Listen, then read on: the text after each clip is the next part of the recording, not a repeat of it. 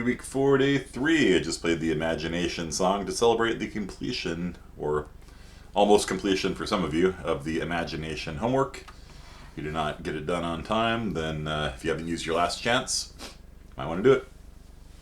Our topic for today is your first group project. So I've been kind of teasing this for a while now.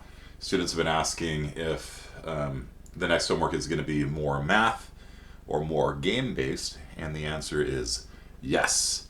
It is going to be both math and gaming. What we're going to do for this homework assignment is implement basically what takes place inside of a NVIDIA RTX graphics card. So the name of the assignment is RTX On. And what we're going to do is we're going to create a new data structure that you've never seen before called a bounding volume hierarchy, or BVH, bounding volume hierarchy, which is basically a rectangle inside of a rectangle, inside of a rectangle, inside of a rectangle, possibly. And the reason why we do this is, well, you'll see.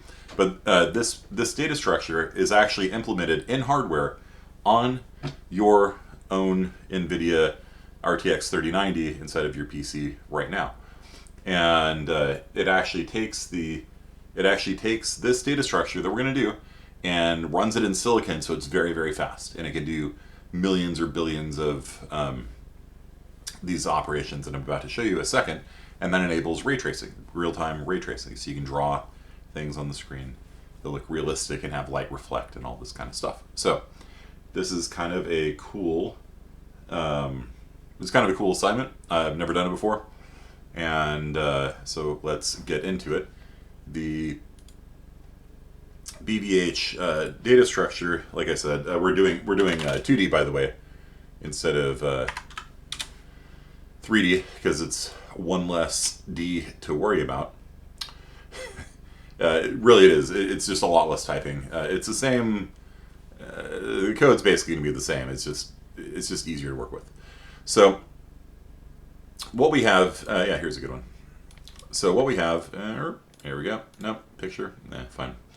What we have here is a BVH. And there is one big rectangle that kind of encompasses the entire world. And then inside of it, there are 3 children of that rectangle. Those are the green rectangles there. And inside of this green rectangle, it's got 3 kids as well. It doesn't have to be the number 3. In fact, it's got 4 kids, but it kind of grouped these together, I guess, to keep things simple. And it doesn't have to be 3. It can be any number of children, technically. And the reason why we do this is because consider you're in a warehouse. Okay? You're in a video game, you're in a warehouse, you're playing Counter-Strike, something like that. And you shoot your gun. You want to be able to determine very quickly what the gun hits, right? So imagine, if you will, if there are 1,000,000 boxes in this warehouse. Okay?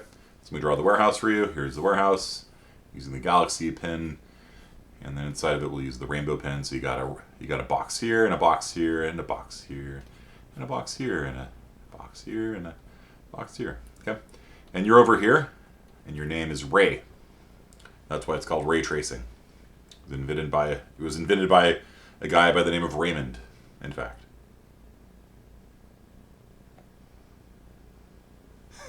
I don't know if they believe me. I don't care. So let's say you've got your gun here, right? And you shoot the gun this way. What you want to do is to be able to very quickly, Raymond tracing, yeah, Rayman, right? What you want to do is very quickly be able to determine, aha, there was a hit. We hit this box, and we hit the box at that location. If you have 1,000,000 boxes, if you do it the vector route, where you just have a vector of rectangles, and you say, does this ray hit this? Does it hit this one? Does it hit this one? Does it hit this one? Does it hit this one? Does it hit this one? Then it's gonna take a while. You know what I mean? So if you had an order in ray trace, that would take 1,000,000 tests, and technically each test might be like 4, because you have to see if the line hits each of these line segments, right, for the rectangle. So it'd be like 4 million. Okay. So here I thought it had to do with the sunlight. Oh, sun rays. Yeah, technically, yes, ray tracing is used for sunlight, because what you can do is when you render a screen and you hit a surface, you can say, hey, is this point here lit? And you can do that by drawing another ray through the world and seeing if it could like see the sun and things like that. So it is used very commonly for lighting. But the word ray comes from the fact that you're casting a ray through the world. And the data structure that it accelerates on hardware is this thing called a BVH. And what you do is this. Let's just copy this. Thank you, whoever it is on gamedev.net that posted that for me to steal. Oh, that's... There we go. Okay. All right. Thank you. Thank you. Okay. So, let's say we've got a ray over here. And we shoot our gun this way. This is the world now. Let's ignore that. How many comparisons do I have to do to determine if this hit? Okay. Do I have to do n, or do I have to do 1? If we get a miss. If we get a miss at the highest level of the hierarchy, the root, we call it. I'm not sure why in computer science roots are in the sky. The highest level is called the root. That's a great question. But yeah, you only have to do 1. So basically, if you shoot your gun this way, you're like, hey, did it hit this box? Nope. Done. Miss. That's it. You guys understand? It's a million is a lot worse than 1, right? So what if we shoot we're dual wielding now, and we shoot our gun this way? Okay. So we determine there's an intersection here, right? And so what we have to do now is we have to check kid number 1, kid number 2, and kid number 3. All right. Let's see if I can scroll this over a little bit for you so it's not under my face. You guys see that? Now, does it hit box number 1? Yes or no? No. Does it hit box number 2? Yes or no? No. So, because it missed box number 2, do I have to check against this one and this one and this one and this one? Or can I just ignore them? What do you guys think? Ignore, yeah. Do you guys see why this is such a useful data structure? Because, you know, the way that you'd probably do it before is you just make a vector of all of the objects, and then when you do a shoot, you have to go through each one and see if it hits. And worse, like if you hit multiple things, you know, like, okay, which one's closest to here, you know, and that's tedious and time consuming. Ain't nobody got time for that, all right? You guys see why this is kind of a cool assignment? This is typically a assignment on the order of like what I give my second semester game development people. But I thought to myself, you know what? I think my 41 students, they're real smart this year. They can do this one. So, more than just like firing your gun, this is actually how you can render the screen. So, hold up your hands and make like a grid pattern like this. Right? See if you can make like a lattice of fingers, right? Like a little hole between each one. And look through it. Look through it at the world. And try to make those holes like fairly small. And what you'll see is you'll get a color at each one of those holes, right? Waffle fries, yeah. Covered and smothered. Like my Waffle House hash browns. You guys do that? So you like hold it up, and when you peek through it, if they're small enough, what you're doing is you're essentially doing ray tracing. You're sending a ray through that hole between your fingers, and you're looking at the world, and you're like, that spot there is gray. That spot there is white. That spot there is red, right? And you do that for every pixel on your screen, and you will draw the world, right? So what you do to draw the world is, like, forget about, using this in, like, shooting thingies, but, like, check this out. So imagine that this is a camera, right? And it's looking at the world here. I'm again, top down, like we're looking at the warehouse from above. And you got like a 90-degree field of view. It's a 90-degree field of view. What you can do is you can send a ray in every direction. Technically, every pixel on the screen, you shoot a ray out of the camera in that direction, and you see what you hit. We got to hit here, got to hit here, miss, hit here, hit here. And so that's like what you're doing with the waffle fries with your fingers. What color do I see there? Okay, it's taupe. Okay, cool. What color do I see there? Red. And so if you see a red, you do a ray trace, and it hits a red, book or whatever, then you draw a red pixel on the screen there, and that's it. And in fact, that's if you're getting to like a really simple ray tracer, that's all it does. And we accelerate it using a BVH data structure. So what we do is we have the world loaded up in BVH format. We send it over to our 3090 graphics card, and then for every point on the screen, it shoots a ray in that direction. It's in 3D instead of 2D like we have here, but the principle's the same. And what we do is we simply draw the color of whatever thing we hit. And what makes it complicated is when you start getting into lighting, if you're talking about refraction, so you shoot through a glass and the light bends, then you have to shoot off another ray. And if you have reflections that are semi-translucent, you have to split the ray into two rays. So it can get quite complicated, but the basic algorithm is this. All you do is you see if you hit the outer box. If you miss it, you missed everything on the inside. If you hit it, you check the next level down. All right? And so if we traced a ray like over this way, let's just draw it up like this. Let's see if I can draw this correctly. That's perfect. Okay. If we drew a line this way, it hits the big box, okay? And then it's going to check miss, hit, okay? And then it checks the three boxes on the inside of it, miss, hit. And then inside of this, it then probably has another box for this one and for this one. Miss, hit, and then it returns that hit result. That's the point where we made contact. What's the color there? Green? Okay, draw a green pixel on the screen. Done. Does it measure the reflectiveness of the surface? It depends on the lighting model that you use. So in the world's most simplest ray tracer, it's just a red rectangle. So if you hit it, it's red.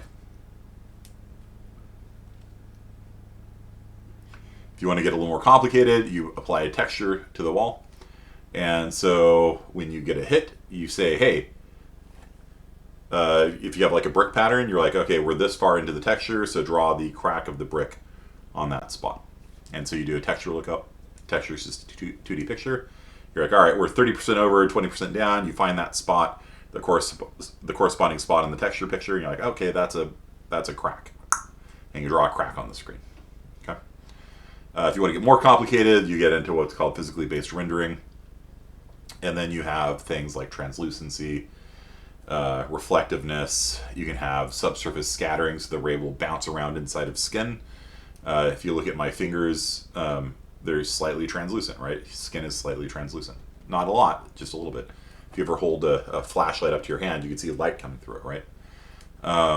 You can have clear coat on a car where there's two different layers that are reflecting, right? Like it could get quite complicated, but this is the basic operation. Okay. Do they use ray tracing for special effects in movies? Yeah. So Pixar was the company that pioneered the use of ray tracing in movies. They had a product called RenderMan, and they would basically build a scene like this.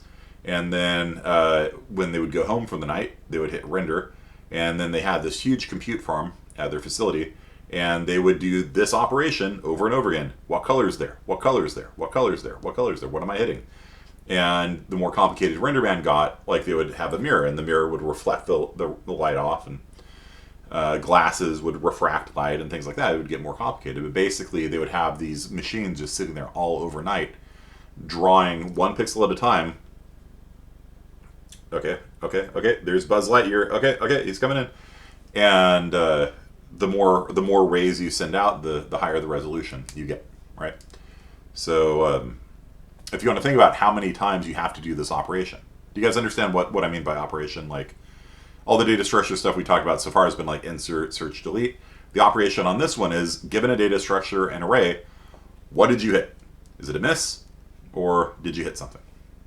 Okay, you guys understand that? That's the operation we're doing. Like, is it a miss?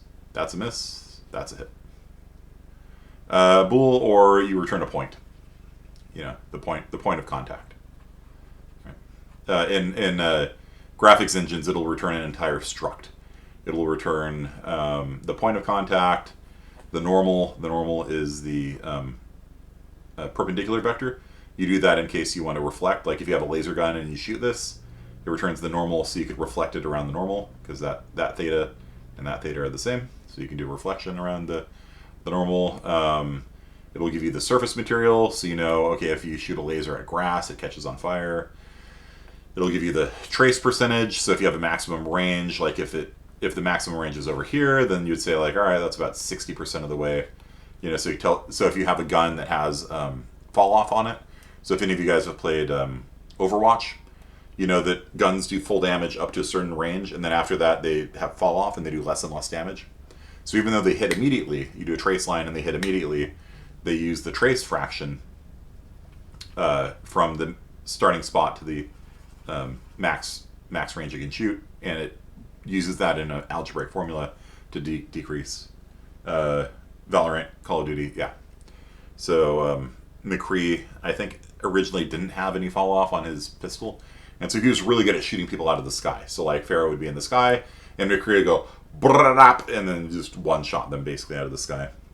He was broken, yeah, and so they added fall off because he has a little revolver.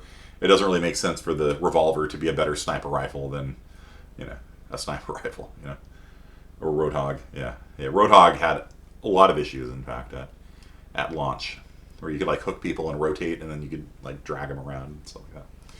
So, Hook 1.0 is disgusting. Yeah. It's kind of fun to play though. Yeah, give it to him. Hook flashbacks. Yeah. Being able to beat Roadhog with Symmetra though was fun. Like it would just piss off the Roadhog players to like, you know, like they would just get so mad. You could tell. Okay. They throw the hook. I shield, and then I just run around behind them as they're trying to like shoot me. You just with your magic zappy leash thing. So. Okay. So yeah, so this operation here is used just extensively in 3D graphics and video games and animation and rendering. Like it's, you know, this is a very common thing, and you guys get to be the first class that I've done BVH with. So you get to be the guinea pig. So a couple weeks ago, I told you during lab time to create a rectangle class. Well, now you get to see why. So. Is this how hitboxes work in video games? Yeah, and they don't have to be rectangles. They could be spheres.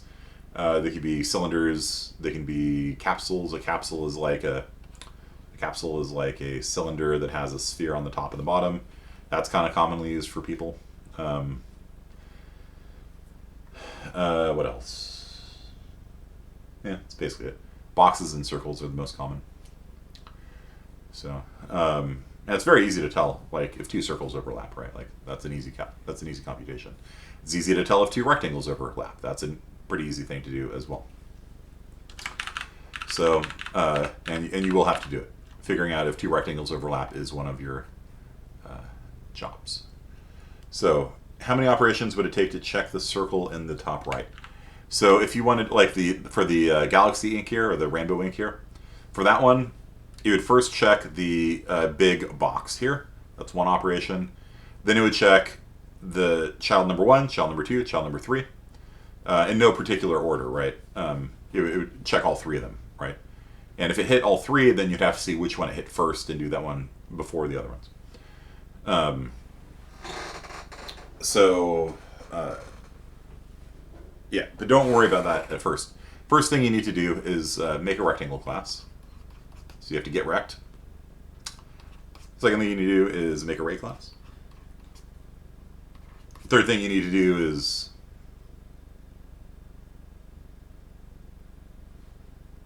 load from disk. Why doesn't it check those other shapes? Oh, like this? Because they're just so it's quite common actually in video games to like not actually have accurate hit box detection.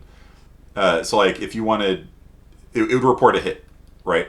If this is the lowest, if this is a solid box, then it would report a hit right here. And if you've ever played a video game, you could shoot like right here or right here in a lot of video games, and it hits the person, right? You snipe and kill them from shooting the air between their head and their shoulder, right? So, the shape's in the bottom right. It misses. Oh, yeah. I see what you're saying. Yeah, it would probably actually register a hit there. That's a good point. Yeah. It depends on the game engine. I should put it that way.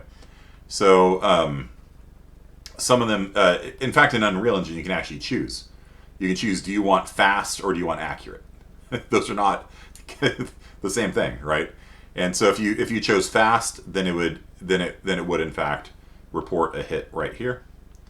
And if you want accurate, then it would go inside of that bounding box here, and it would actually look at the actual sand dollar or whatever that thing is, and be like, oh no, I missed it, but it hit here, right? So if you're doing an accurate collision, then it actually does a very expensive operation, not very expensive, but expensive operation to actually look at the actual where it is and, down to the pixel, did it hit? A lot of games are like, we don't care. Use a rectangle. Everything's a rectangle. Sand dollar, that's a rectangle. Fireball, that's a rectangle. Oh wait, sorry, that's D&D. The fireballs in Dungeons and Dragons are like that. It's so stupid. Okay. So basically, you'll just fine with the get rect stuff. Yeah, it actually does bother me. Like in 3rd edition D&D, like they would try and approximate like a fireball kind of shape, And in 5th edition, they're just like, it's a rectangle. That's you get square fireballs. There you go. Enjoy. All right. So this is a partnered assignment. This is your first group assignment. So you like square fireballs. I mean, it makes it easier to run, I guess. It is just aesthetically displeasing to me. So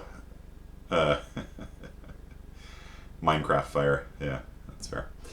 So it's a partnered assignment. So that means this assignment's going to be worth more than the other assignments because there's a lot less partnered assignments than there are individual assignments. So I'm open to suggestions on how y'all want to be partnered up. I can randomly pair you. I can just open it up on Canvas. I do want everybody having a partner, though. I don't want the lone wolf, like, I don't need anybody. Like, part of the point of this assignment is or partnered assignments, I should say, in general, is to learn how to work with other people. It's the hardest thing in computer science, making friends, right? In the in-person class today, Min Corelli and I introduced ourselves and shook hands and made eye contact, which is also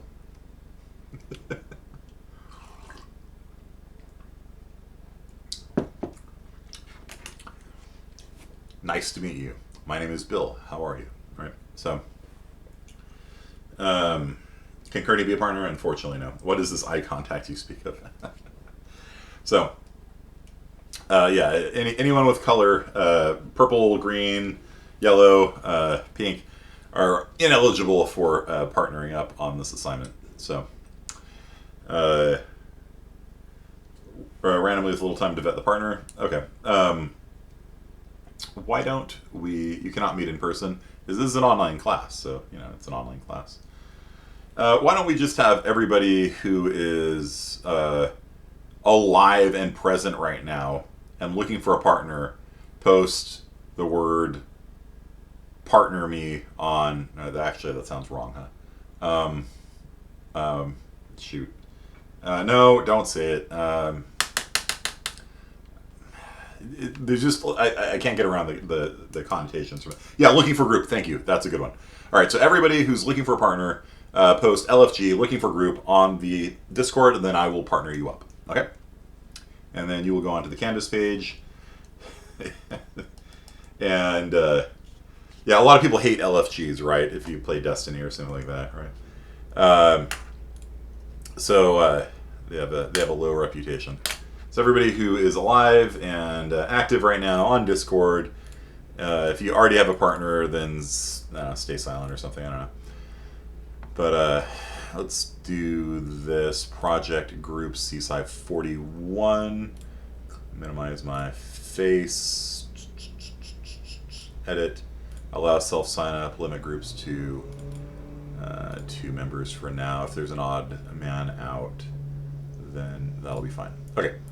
So you should be able to add yourself to groups, maybe. Edit. Allow self sign up. So does that? So see if you can add yourself to, like, just try adding a group. I might have to create groups. Go on to Discord right now and see if clone group set. Import plus group.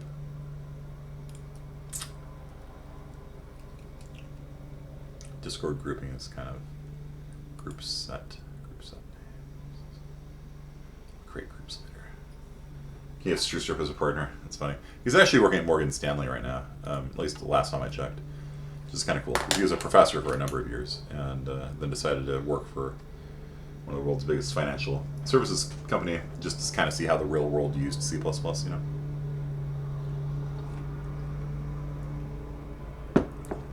Can you guys make groups? Are you guys able to get in? Nope. Okay. That's stupid. Alright. Group set. This will be called BBH group. Allow self sign up. Create 30 groups. 40 groups. 40 groups. Limit groups to 2 people. Save. Okay, so can't do it. Okay, so I am gonna go and manually partner y'all up. So burden. So you know what? Why don't you all go onto the server right now and start on this? So this is a lab class today. So I want you to make a rectangle class using proper class design. Make a makefile. Probably make a point class too, maybe. I think that's going to be pretty simple, like that just holds like a point in space. So make these classes, make a .h file, a .cc file, make a makefile, get all that set up, and then I'll start partnering you up because this is going to take me a while because I have to do it all manually. And then once I get all the partners kind of set up, then I'll come back on. I'm just going to pause the recording here. Okay. So start doing that, and then once I get everybody partnered up, then we will resume talking. Okay. Cool. All right.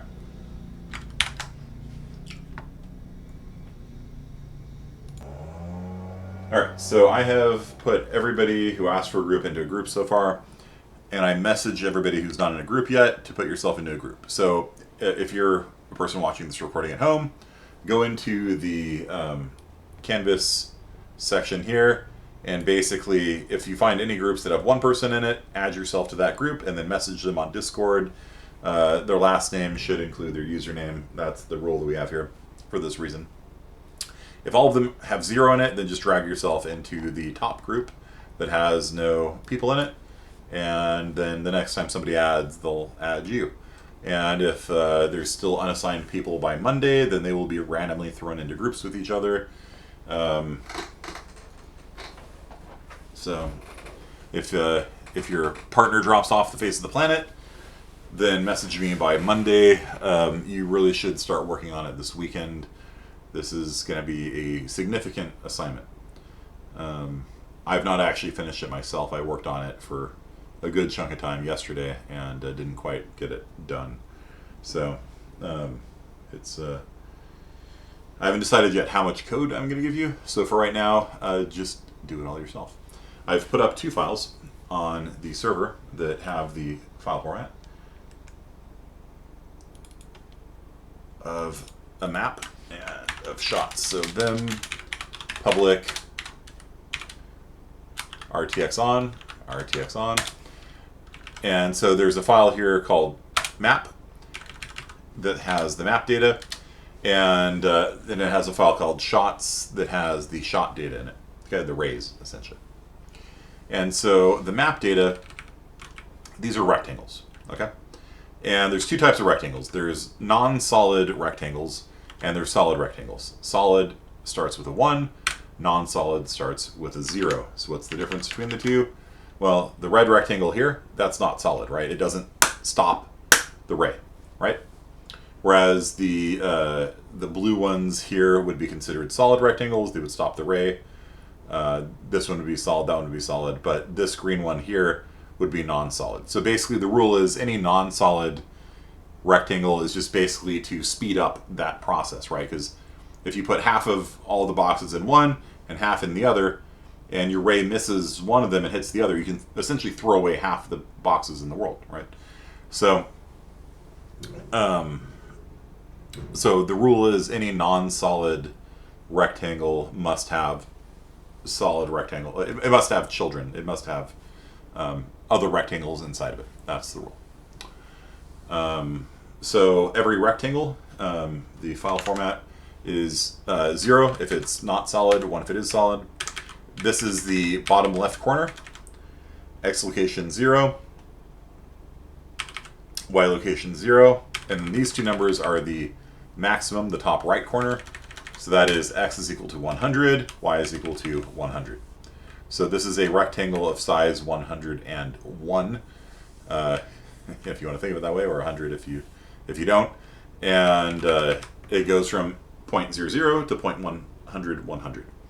And it has children. So non-solid rectangles have children, and the children is the rectangle number. So this is just a vector of ints, okay? And so it can have as many children as can fit, inside of here. And basically that means rectangle 1, which is this fellow here, rectangle 2, which is this fellow here, rectangle 3, rectangle 4. So all 4 of these rectangles are the children of the rectangle 0. Okay, so we got one giant rectangle that's just the bounding box enclosing all of them, and then we have 4 smaller rectangles somewhere within that bounds, and that would be a very simple map, right? And then we can maybe add another one here. So another one would be from, like, I don't know, 200 east and 0 up to 300 east and 100 up. So this is going to be the same size, just 200 units to the right. And this one will have a child of just 1 child, maybe. I don't know. Let's give it 2 children so it makes a little more sense. So that's line 1, 2, 3, 4, 5. So let's say 6 and 7 are both children. So we're going to have a solid one going from 220 and 10 to 230 and 20. So that's a size 10 by 10 square inside of the second bounding box over there. And we'll have one from, I don't know, 250, 50 to 300, 100. So the upper right corner of this one is the second bounding box. And so after you get the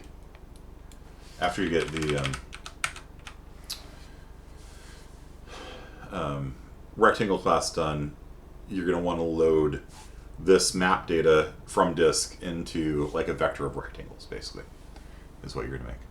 Is there extra credit? I haven't decided yet. I need to finish it myself and then kind of talk it over with Ben Curley to see how nice or how mean we're going to be to you all on this assignment.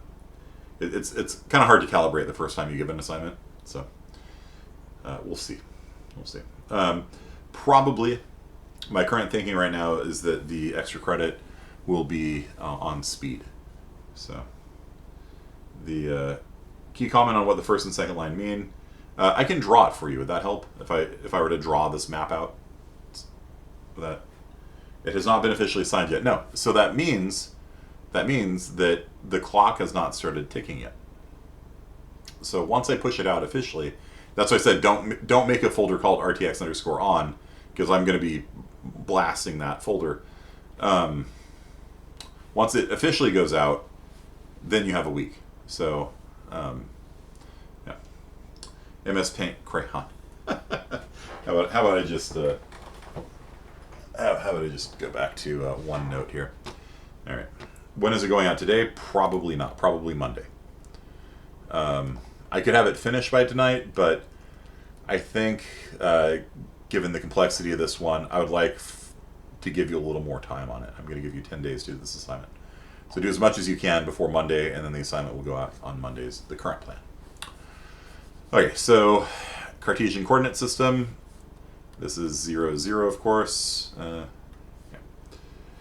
So let's see, how can I'll snap this over here and maybe hide that and snap it over here.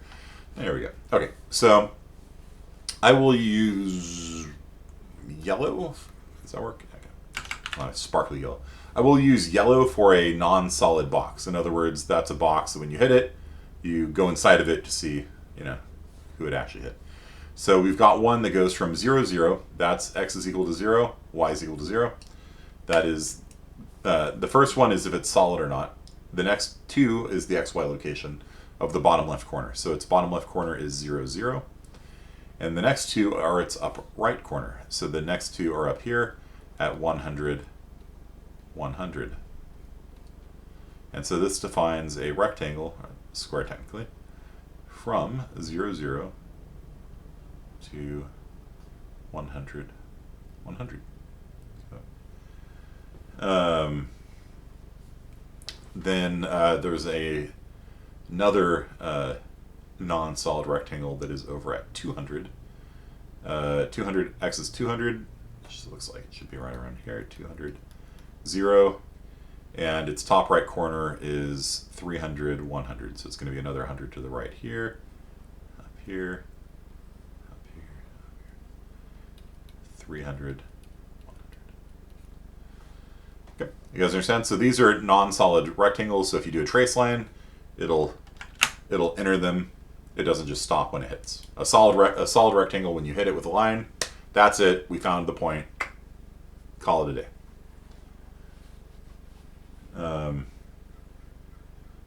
Does it exit? What do you mean, does it exit? What exits? Oh, does the line go out? Yeah, like if you shoot this way and you miss everything inside of it, then it'll continue on to the next one. Sure. Can you explain the child objects? Yeah, I'll draw them in a second.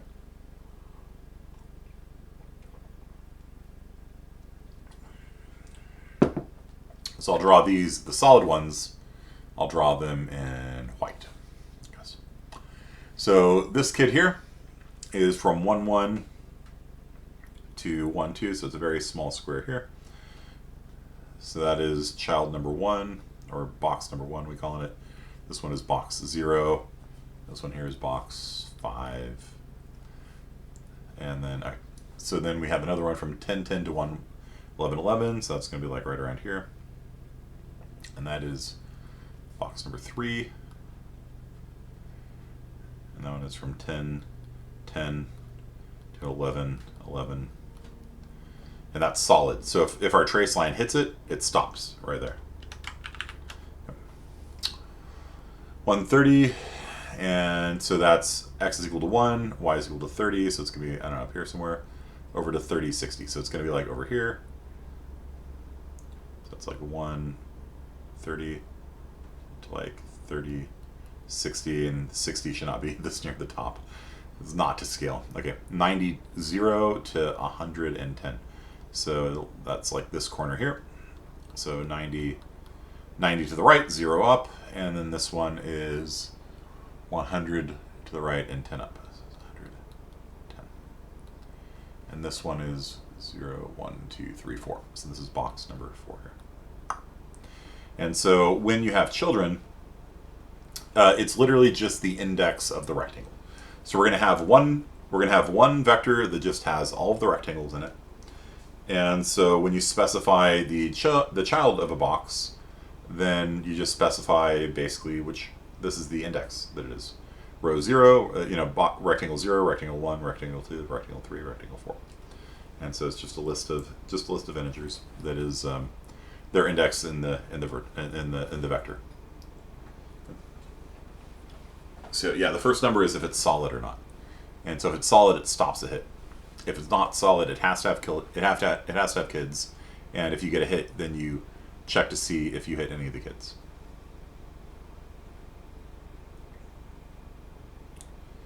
And that's it for the first 6.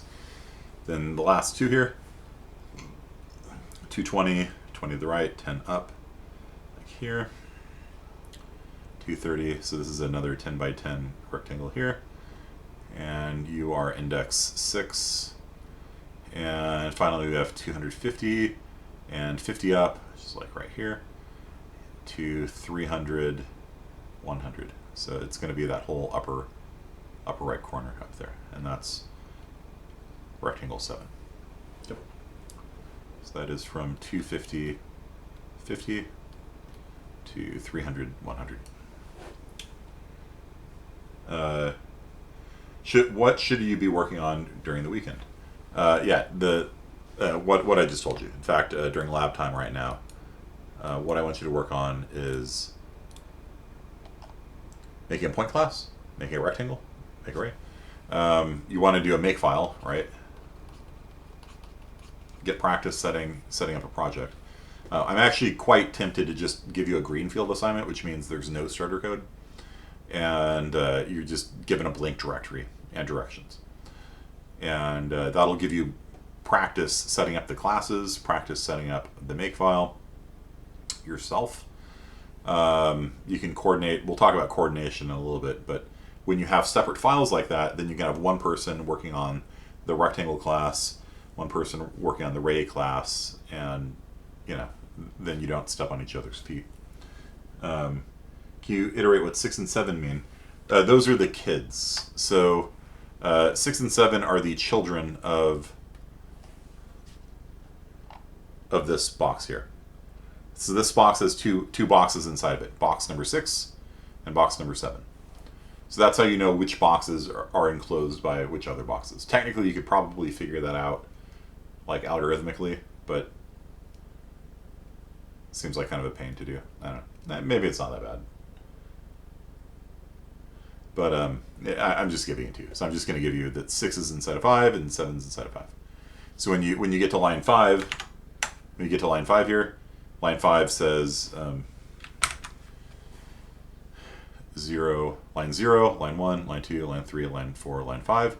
So it's a non-solid rectangle that has this boundary box here, and inside of it are 2 boxes, 6 and 7. So this guy and this guy. And you can have other non-solid boxes, and then they could have kids themselves. So if you want to shoot the kids, get on the FBI's watch list. Oops. What do you want inside of the ray class? The ray class represents one of these things, right? So a ray class should have an origin, and I'll show you the file format. It'll have an origin and a slope, and if it's forwards or backwards. So there's actually a better way of doing array. I didn't really want to. That's one of the things I've been going back on. Like usually you have a point and then you have a direction, and what I did instead was I just made it in the y equals mx plus b format, kind of. And so you're given a slope and a y-intercept. And that works for everything except for a vertical line. So a vertical line for m here is expressed as not a number, which is what you get if you get 1 over 0, which is what you would get if you did a slope that was vertical, right? You'd get nan. And so vertical lines are represented with nan.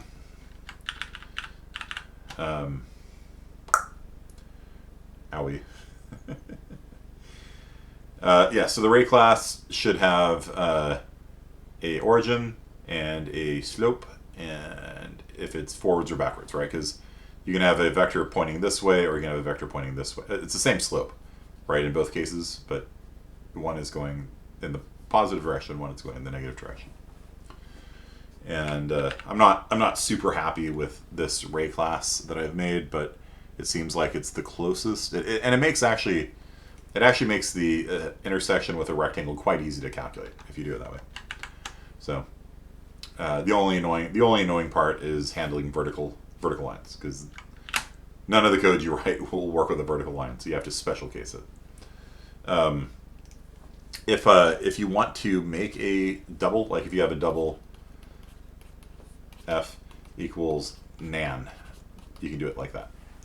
And that will set f equal to not a number. That's what nan means, by the way, not a number. It's what you get if you do 1 divided by 0. So that's how you can set a value to be nan. And then if you want to see something is a nan, you could say if is nan f. And then be like, okay, I'm going to handle the vertical. It's got a vertical slope, so I'm just going to look up or whatever. Could you convert to a normalized vector in a parametric equation of a line? Probably. I mean, yes, you can. It's the same thing technically. Like, you know, if you write it as like, what is it, O x plus b or whatever. No, t, whatever. Yeah, if you write it that way, that's how you'll find most of the computational geometry stuff's done. One of the reasons why I didn't want to do it that way is to make it harder for you to steal code, right? So almost all the code you see will not be held in this kind of dumb format, and so that has the benefit of making it harder to just copy paste blocks of code to do it for you. Anchor point and directional vector, yeah. It's usually an origin. It's usually an origin and then a direction vector, and you take the origin and you add the direction vector times t, and that's usually how you do array.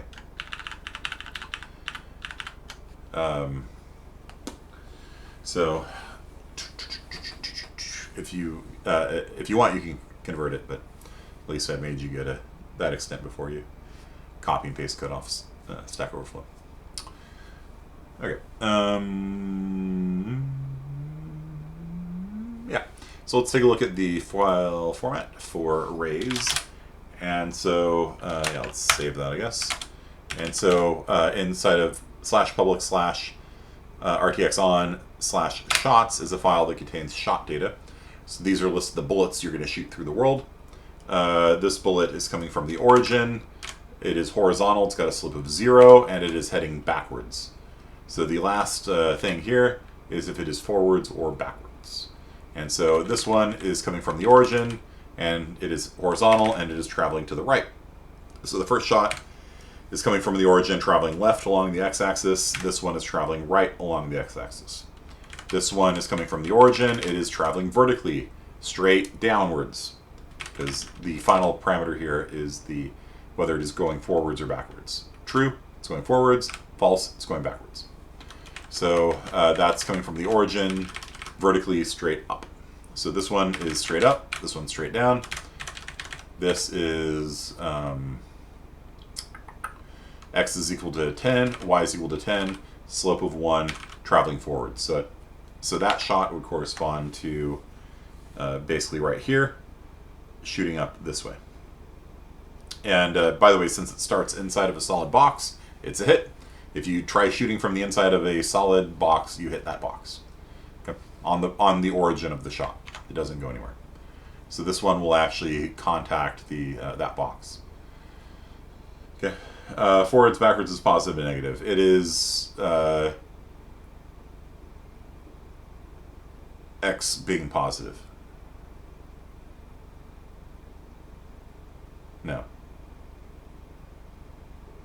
it's in the direction of, so like,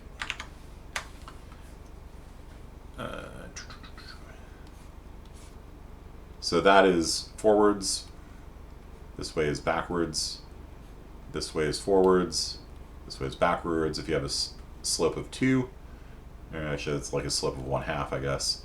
This way is forwards, this way is backwards.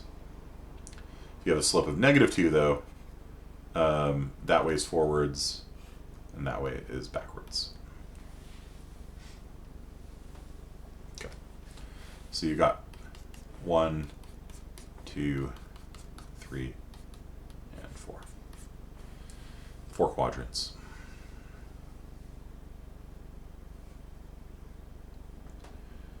That is correct. Yeah, if it's 0, then it's traveling in the opposite direction. That's exactly right.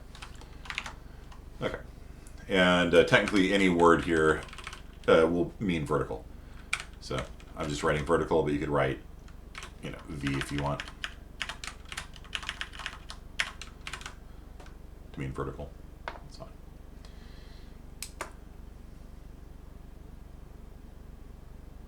And then this one is coming from x is equal to -10.1, y is equal to -100.01, slope of 2.1, and traveling backwards. So rather than traveling up this way in the slope, it travels in the opposite direction. And then there is no input tester yet, trust me. Let's see here.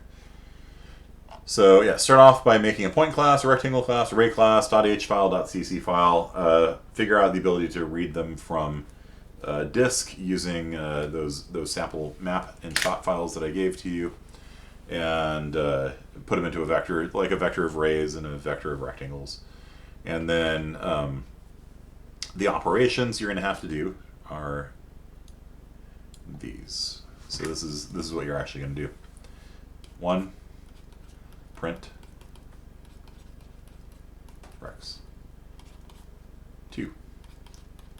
Print shots.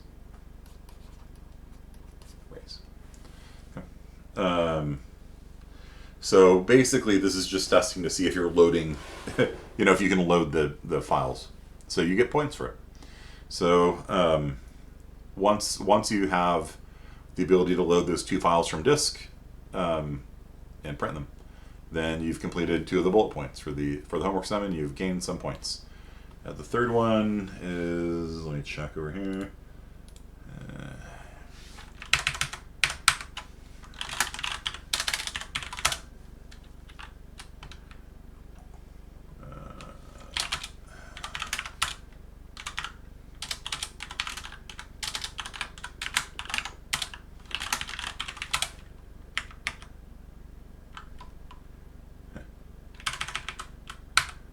So I'll show you my main, because who cares? Basically start off by asking them for the map file name, and then I call load map, and it loads that into a vector of rectangles. If there were no rectangles, it dies.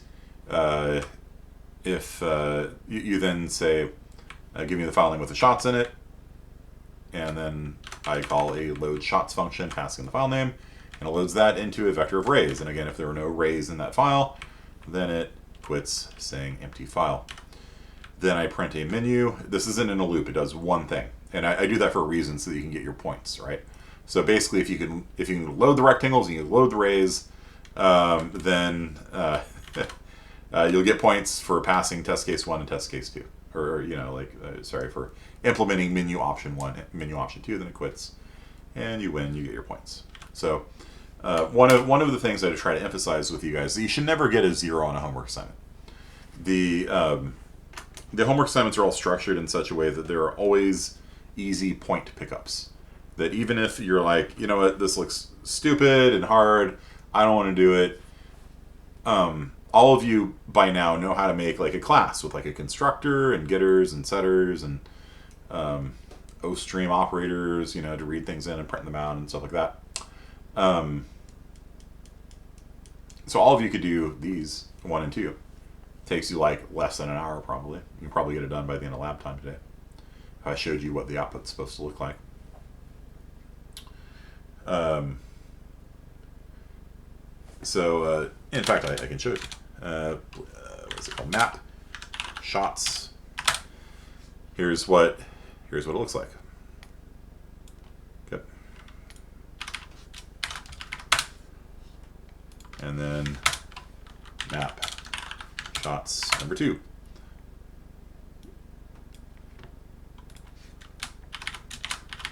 There. And so for those of you that are tuning in from the 12 o'clock class, there you go. I didn't show that to you. So that's basically what you're, just easy points. Okay. Just read it in from a file, put it into a vector, see out the vector. All right.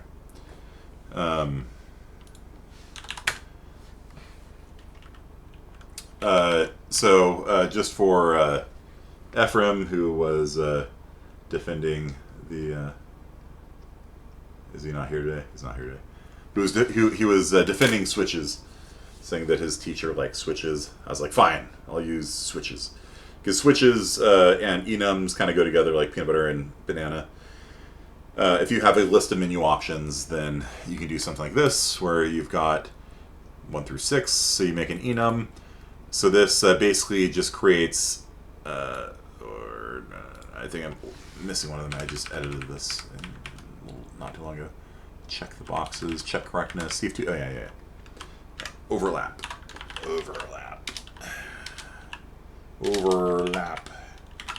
Check. Take a shot, take all shots. Okay. And so what this does is this creates 6 constant integers. Print boxes has a value of 1, print shots has a value of 2, check correctness is a value of 3. This is equivalent to me going like const, int, print, you know what I mean? Like print boxes equals 1, constant, print,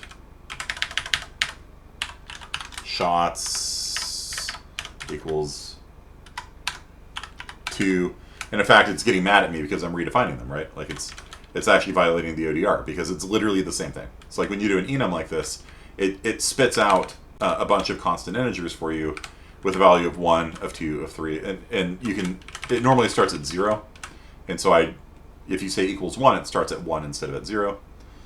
And so it's literally the exact same code, just a little bit more compact. But the nice thing of doing it in an enum is that when you feed an enum to a switch, in fact, I think we might be able to do this choices.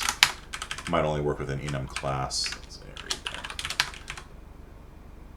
Doesn't like that. Let's see if it likes. Yeah, okay. So it's going to whenever you use an enum with it doesn't matter. We'll just leave this in it. And you can make that a const if you want. It doesn't matter. So when you use an enum with a switch statement, the compiler can actually know that the switch should probably cover all of these options. And so because I have 6 menu options here, like I just added overlap check during the previous lab, I decided this homework wasn't big enough, so I needed to give you guys more work to do. The compiler would actually say like, hey, we noticed that you have an enum for overlap check, but there's no switch option for it. And it'll throw a warning for you, which is kind of cool. That's actually the one use of enums, and like the one use of switches is with enums. Because if you go through all the enum options and you forget one, it'll actually warn you, and that's actually really nice. So this is literally the only time in my life I'd use a switch, and I'm just doing it because I've had several students request me showing switches. I kind of hate switches in general. They break the language. They use go-tos instead of curly braces, like literally every other control structure in C++. You have to have a break between each one. If you forget the break, it'll fall through to the next case. And let me tell you how many times people forget the break. It's all the time. All the time is the answer. And the compiler will warn on it, but a lot of people ignore warnings because they're not errors. So honestly, the only time I think they're appropriate is enums. Yeah, I agree. A lot of people like using switches instead of if-else blocks. And no, just use if-else blocks. They're better. You don't want a yandere dev code. Yeah. So the thing is, like switch statements don't work with strings. Like if you have a string, like you can't be like, you can't switch on a string and say like case, hello. Like that doesn't work. They're so incredible. You can't do less than or greater than. Like it's only exact equals matches with integral types. They're incredibly limited, and because they break the normal control flow with curly braces and things like that, they cause just every time I see a switch on CPP questions on Reddit, the first thing I see is if they forgot a break statement, and if they did, I'm like, that's why you don't use switches. Well, yeah, but you forgot. That's exactly my point. Is that you did forget, and you were so confused by why it didn't work that you had to go onto Reddit and ask people for help. Whereas if you just use an if else, it can't happen. You can't fall through, because what would happen is like if I chose print boxes, if I hit 1 and hit return, it would print all of the boxes, and then it would print all the shots, and you'd be like, what? Whereas you can't do that. If they're curly braces, it skips over the else if, like, automatically. So, Reddit, that's funny. Yeah. So, a lot of people on Reddit like switches for whatever reason, but they like a lot of dumb stuff on there, so who knows. They like STDs and... goodness. There's so much hatred for using namespace standard. It's so ridiculous. Okay, so anyhow, I did this with switches just so you can kind of see what it looks like. Are switch statements faster than if else? They can be, in fact. So that's one of the reasons why people will recommend switch statements, is that you can do what's called a jump table. And so rather than having to go through if else, if the answer is 5, then it does some algebra and it jumps to that line of code. Can be faster. So if you're in a situation where it's running 1,000,000 times a second, I give you permission to use a switch statement. Otherwise, stay away from them like a vampire stays away from garlic. Thank you, Betancourt. So, you keep deleting it. Yeah, Betancourt, like, I just see him posting memes, then he deletes it a second ago when he thinks that I before I can see it or something, I don't know. So, but yeah, technically, switch statements can be faster if the optimizer doesn't, optimize the if else is the same way. Okay.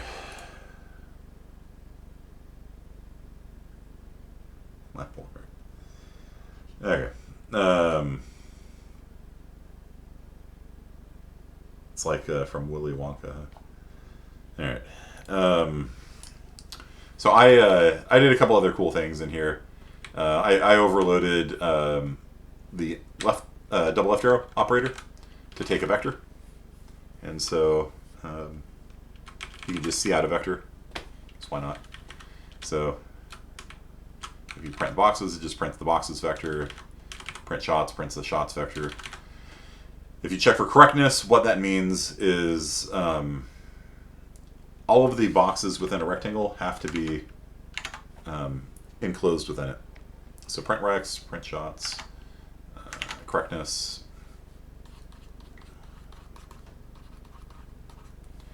And so, like, if you have a bounding box like this, all of the rectangles have to be within it. That's a horrible rectangle. All of the rectangles have to be within it. If you have something like this, this is a no, right? Because this part's sticking out. Everything has to be inside. Okay. And so for check correctness, basically when you load the map, you run that. You're going to write a function to do it. And it's going to verify that all of the children of a box are within that box.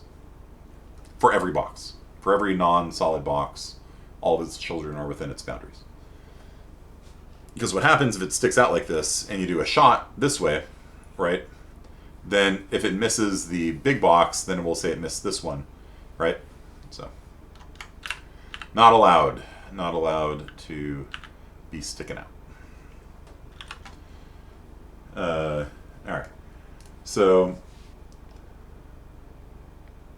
you're worried about it being too spicy? Alright. So, do you guys understand the correctness checking? So, it's pretty easy. Just for every rectangle that has a child, you make sure that the rectangle's inside of it. And so this is like what you would call like map validation. Oftentimes map tools and things like that will have a validation pass to make sure that their BVH tree is not bad. So then there's take shot, which just I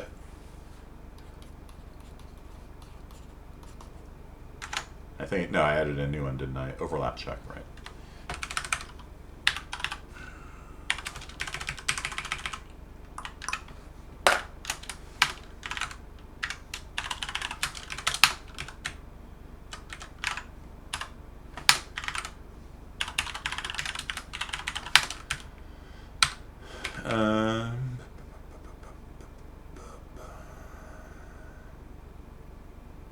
Yeah, I haven't written it yet. I just added it during the last class's lab period.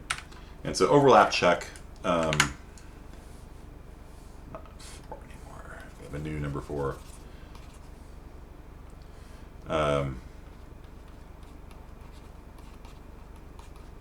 It sees if any rectangles, any solid rectangles overlap. Right, so like you might have one wall and another wall, and they might like penetrate each other, right, and have like a weird thing like that. And so this will just check to see if they overlap at all, and it'll generate a report of all the rectangles that are basically touching each other. Then there's take shot, which is a ray and a rect. Did it hit? True or false, basically. So the reason why I'm structuring it this way is so that it kind of encourages you to develop it gradually, right? So you start off by loading the data, then you can do like, you know, a map validation check in a couple different ways, and then do a you're just going to input a ray and a rectangle and just see if the ray hits the rectangle, right? And then the piece de resistance is the fire all shots, and that says for every ray hit the rectangles and see which one gets hit the most. What if the user inputted a child that is not in a box? Then if you input a child that is not in the box, child that is not in the box, that then it would fail the correctness test, right? It does. You don't die immediately. You die if well, when you run option 3 correctness, it'll print out map is valid, map is invalid. Otherwise, don't worry about it. Okay. So most of the time, you can just assume that the map you're given is valid.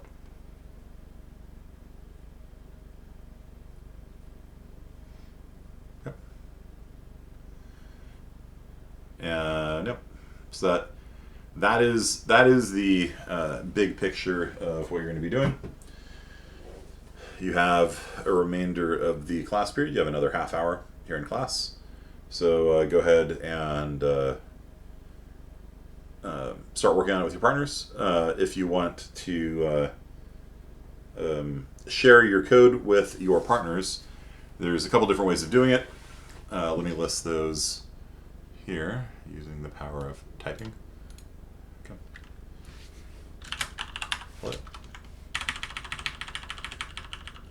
So collaboration.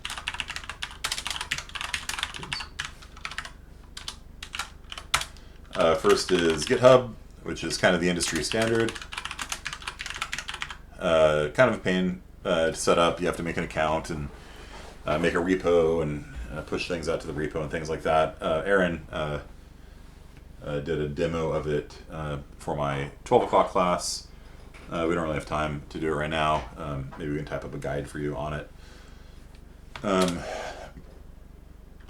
WinSCP or other SCP clients, copy file off the server, send on Discord to partner. That's kind of the manual kind of way. And With Git, you got to talk to each other, otherwise you'll cause merge conflicts. Yeah. Windows Secure Containment Protocol. Yeah. So, Minkrelli, yeah, if you want to type up a little guide, that'd be nice. Or if you want to do a little video on it, it's nice. GitHub is the industry standard. It is kind of a pain to work with, though. Just to be real. Merge conflict is when two people edit the same file and both try changing the repo. Then you get a problem because, like, I change it this way and you change it that way. Which one's right? I don't know. You have to go through the merge process, and that's one of the reasons why you want to split these things into different files. And so I could be working on rect and you could be working on ray, and it's fine. I can be updating this, you can be updating that. Say okay. Third is Unix copy. So you can copy file.h, whatever it is, to /temp. And then chmod everybody may read /temp/file.h or whatever you want to call it. And then your partner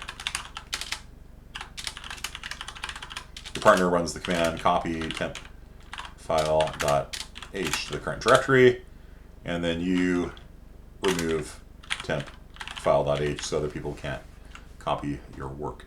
And one of the downsides to the GitHub is that all of your work is going to be publicly visible.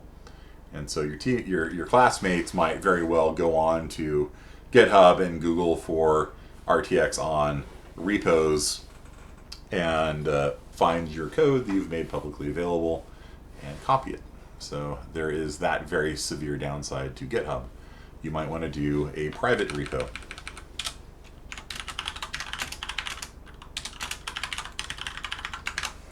Because if you make a public repo and somebody copies off you, you've plagiarized now. So, yeah.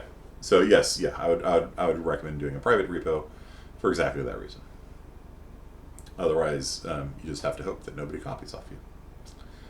I used to have a utility that made this easier, and let's see if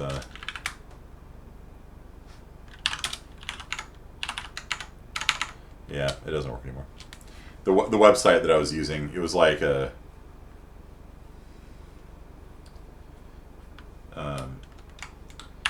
cloud hosting solution that I actually had a shell script that would interface with it.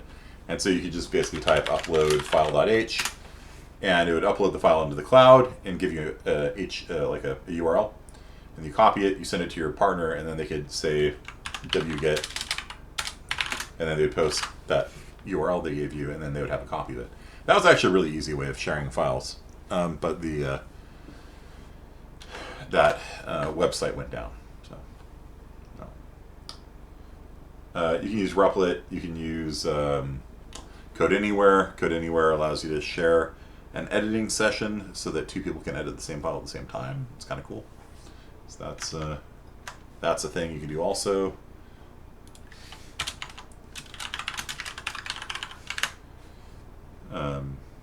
It's like a Google Docs style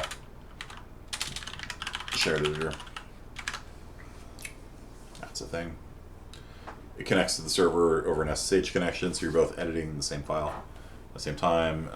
VS Code, Visual Studio Code has live share. I don't remember what the name of it is.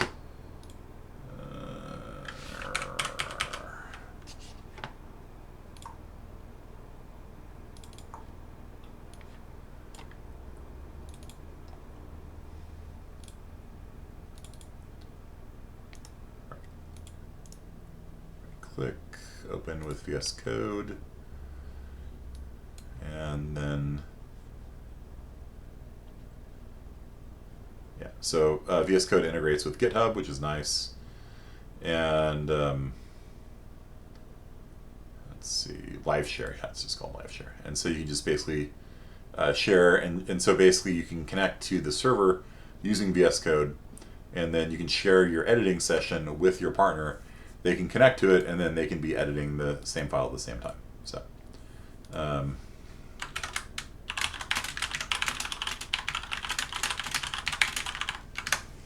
this is a collaborative effort.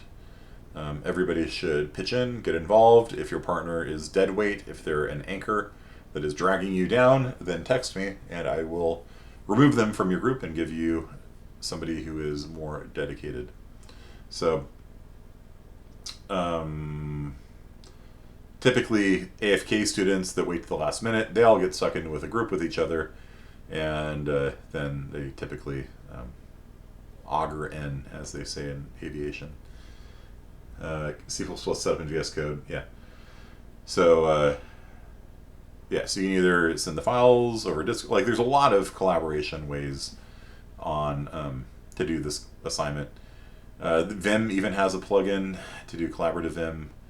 It's kind of hard to set up though, but that exists. There's, I'd say it's called Collab Vim or something like that.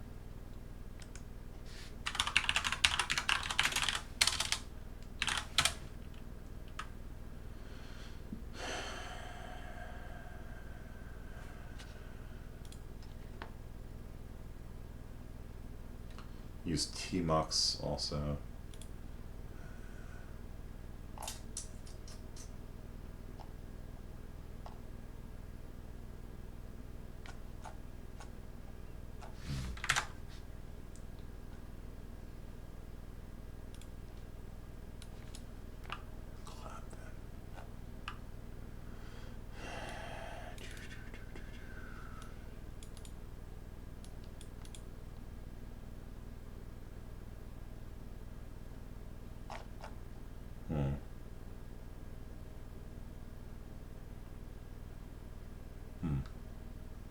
So it's not exactly a Vim plugin, but I don't know. Collab-Vim. You can try that out if you want. Do collaborative editing, stuff like that.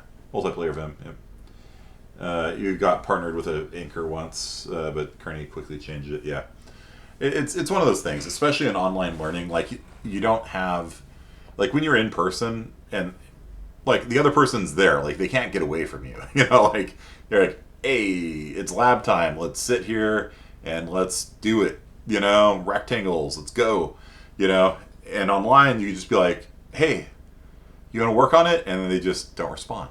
You know, like they, you know, in real life, like there's no escape. Like they would have to like grab their backpack quickly and like run away, you know, to do the equivalent. But online, there's not that same level of connection.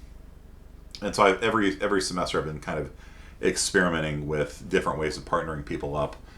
I kind of came up with a clever one for this one, but I decided not to do it. It'd be really be straight up ghosted, yeah.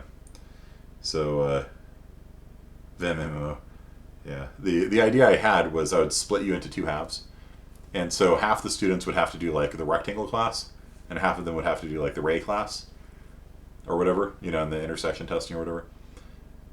And so like whenever, and then I would provide my solution for the other half, and so you can know when you finished your half, you know, and then whoever finished first would be partnered with each other, and you would take your source code and merge it together, and then pass all the test cases. And then whoever waited to the last minute would just be like, you know, and so it kind of encouraged people to do it quickly so you'd get a good partner, you know. But I don't know, might be a little bit too daring for students. I don't know. So yeah, I still might do that for a later assignment. I'm not. I think there's enough going on with this one that I didn't want to. I didn't want to really kind of push the envelope too much. So rest of class time today, they got 20 minutes, I guess, of lab time. Go forth, start writing this code, and structure your project. Learn what use what you've learned. Make some header files. Make some classes. Overload some operators. You know, for me, I only overloaded, I think, less than maybe, and double left arrow, double right arrow, I think, for each of these three classes. Yeah. Just make your own files. Yeah. Yeah. I'm pretty sure the way that I'm going to do this assignment is that I'm just going to make it a greenfield assignment, which means you're given a blank folder and directions. And the reason why I want to do that is because you need to get experience like making a makefile, right? And making, like, splitting the code up. Like, it's good for you, you know. Because last time for Imaginary, I did like all the setup. It was done for you, right? All the header files, the classes, the function prototypes. Some of the things are already implemented, so you can kind of see what it looked like, and kind of copy, paste, and modify. The makefile was done for you, and so now I want you to kind of take the next step and be able to make it yourself. Okay, just don't put it into RTX on. I'm gonna at some point push out a folder that has least directions in it, and I'm probably gonna put out some of the code. For example,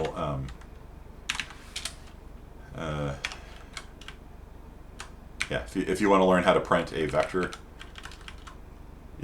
like I'll give that to you, so just to make it easy to print a vector. And then like this kind of stuff here, like when you run it, it prints out RTX on, right? Yeah, just kind of looks cool. So I'm basically going to give you like some code snippets that kind of like do some of the things you might not know how to do. But mostly, yeah, you're just going to be given a blank directory. Set it up, do it yourself. I haven't done this function yet. Yep. Enjoy. It'll be good. And at the end of the day, you're going to have kind of an understanding of like what an RTX graphics card is actually doing, because they are given a BVH file, a BVH tree, and it will do trace lines over and over and over again.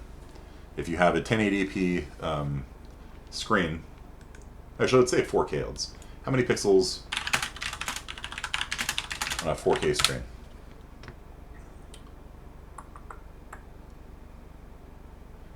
(3084) times 2960. So that is 8.2 million. So there are 8.2 million little pixels on the screen right here, and 8.2 million on this screen, and 8.2 million on that screen. So my computer is currently driving 24 million pixels at a frame rate of 144 hertz, 144 hertz, and I think 144 hertz. I think they're all, maybe that one's 120. I don't remember off the top of my head.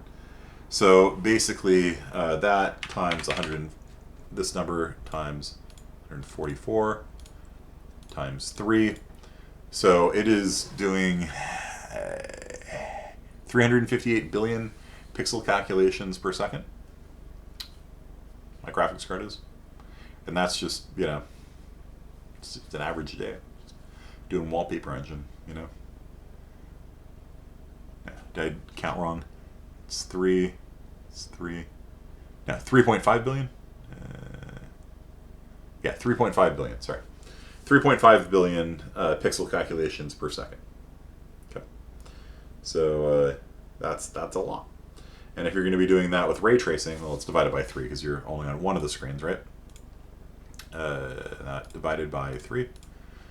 What happened here? There we go. That's the number we're looking for.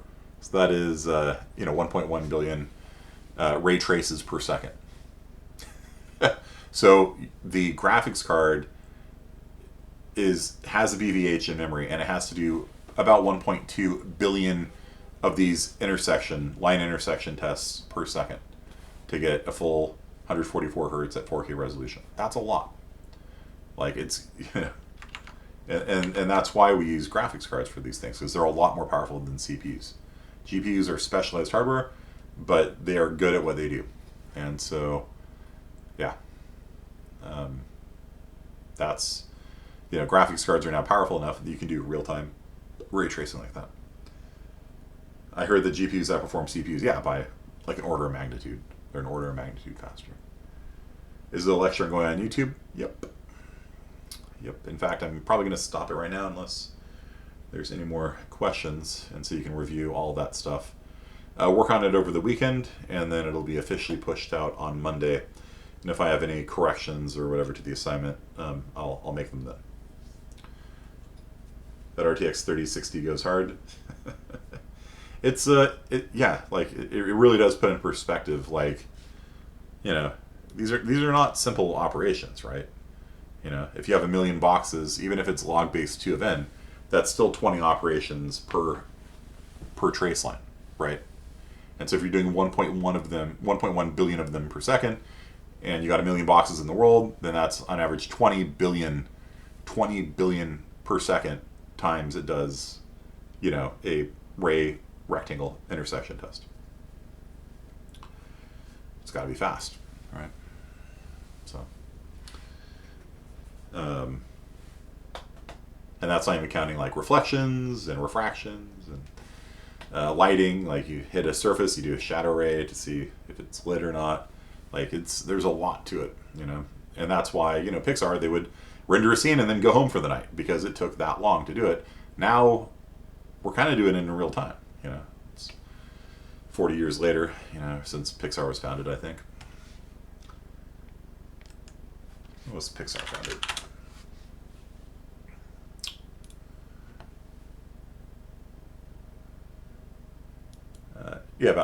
So it's 43 years old. So all this stuff, and yeah, like, you know, all the stuff where you'd have to go home and wait for a single frame to be rendered or whatever, a couple seconds maybe, to be rendered. Now it's just like, yeah, just fire up your video game and do the ray tracing, run 144 frames a second, you know. So. All right. So that's it for today. I'm going to hang out here with you guys for the next 20 minutes. If you have any questions, please ask. And it's just lab time for now. And just get cranking on this. Work with your partners, get the project set up, figure out who's responsible for what, or just do it all collaboratively. It's all up to you. All right. Have a great weekend, and work hard over the weekend so you're, you know, in good shape. Okay. And I will work hard as well. All right. See ya.